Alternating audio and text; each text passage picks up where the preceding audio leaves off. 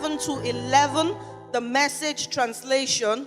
The book of Matthew 7, verse 7 to 11. It says, don't bargain with God. Be direct. Ask for what you need. Tap your neighbor, say, ask for what you need. Tell another neighbor, ask for what you need. You know, if peradventure the richest black man in Africa or the richest black woman in Africa ask you, what do you need? Ask me for what you need. Even by mere thinking about it, our countenance is starting to change. If you can change your countenance at the request of a fellow human, how much more Jesus that says you should ask and it shall be given unto you. He says you should seek and you will find. He says you should knock and it will be open to you. Tap your neighbor one more time, say, ask for what you need. And as you have come tonight to ask for what you need, it will be handed over to you in the name of Jesus. I know a lot of us may be discouraged and we may say, I've been asking for 5 years. I've been asking for 6 years. In fact, my own is 10 years. I know of a sister that we've been asking together and God has answered our own. Are you sure God is going to answer me? If that is your thoughts tonight, God has sent me to you. He has sent me to you to tell you to keep asking. Tap your neighbor, say, keep asking. Keep knocking. Keep seeking. Say it to yourself. Sunmbo, keep asking. Call your name. Say, I will keep asking. I will keep asking. Let me share one of a testimony with you. You know, 5 years ago, about 6 years now, we started the Inspiring Change Conference. And we've been believing God for corporate partnership. You know, for the first year, second year, third year, we'll just send an email to them. We'll ask for an opportunity for a meeting. That let us just see. Maybe when we see and sit together, we'll talk about this vision. Peradventure, they will partner with us. And then the first year, second year, most of the times they don't even reply the email. So this year, I just felt, do I really need to ask them again? After all, we've been financing the Inspiring Change Conference with funds from my personal savings, from my husband, families and friends, and people who believe in the vision.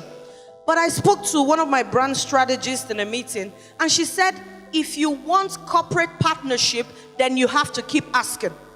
You're not going to stop at just one email. You have to send several emails. In fact, when you send an email, you place a call and tell them, I've just sent an email. Have you seen it? And they'll tell you, oh, I will check it. If in 15 minutes you do not get a reply, you call them again. Have you seen it? At first, I was reluctant to ask, like, am I begging for money? I don't want to sound like I'm begging and all that, you know.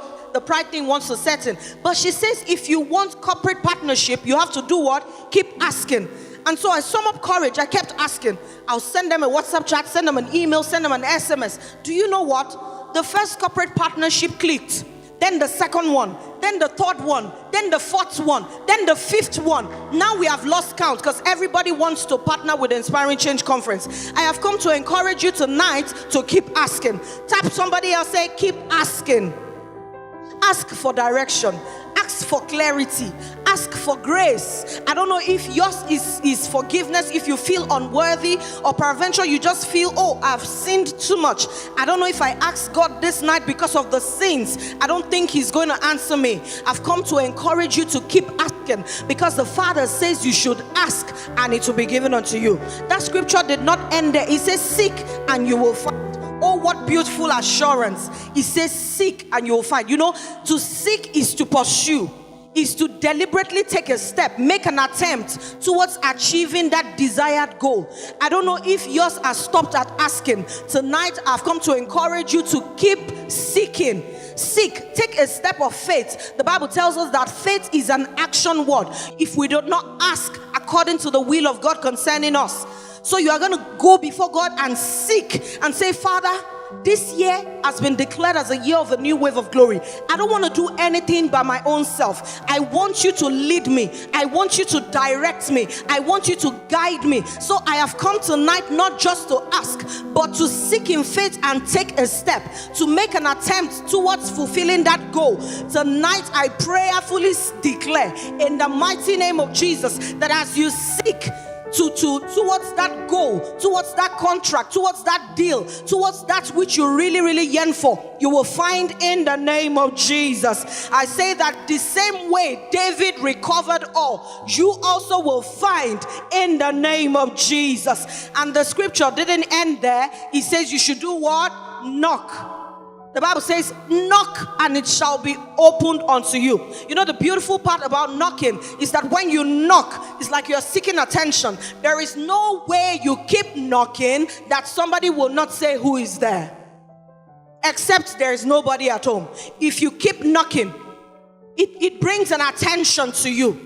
If you keep knocking tonight, the attention of God will be drawn to you in the name of Jesus. I say that the attention of God, the attention of the heavenlies will be drawn towards you tonight in the name of Jesus. Another beautiful thing about knocking is that when you knock, you make impact, you make a dent. You keep knocking. You know, I love Jacob so much. He said, I'm not going to leave you except you bless me. He was persistent. You know, the Bible didn't stop at ask. He didn't stop at seek. He went further to say, keep knocking. Don't stop at asking. In fact, don't stop at seeking. If I were you, I will keep knocking. And what happened to Jacob? It was recorded that God gave him a brand new name. How many of us want a brand new name tonight? You know, part of our decree and declare for this year, our declaration for this year is that it's a new year, it's a new wave of glory in 2019, and God will give you a brand new name, a name written by the Lord himself, or a name given by the Lord himself. And this happened in the life of Jacob because he was persistent. He kept asking, he kept seeking, he kept knocking. In fact, he was dogged. He said, if you don't bless me, I'm not going to go. I don't know if you're going to do that tonight, but I know that God, who did it in the life of Jacob and changed his name to Israel, it will give you a brand new name indeed in the name of Jesus. If you believe that, say amen. Amen. I say God will give you a brand new name, a name given by himself in the name of Jesus. I say God will give you a brand new name. Jehovah God will restore you in the name of Jesus. I want you to stand to your feet and say, Father, I have come to ask tonight. I have come to seek tonight. I have come to knock tonight. But I do not want to do these three things without your leading. Father, Lord, I ask that only your will come to pass in my life. Even as I seek in faith, Father, Lord, give me grace to keep knocking. Give me grace to be persistent. Give me grace to believe you.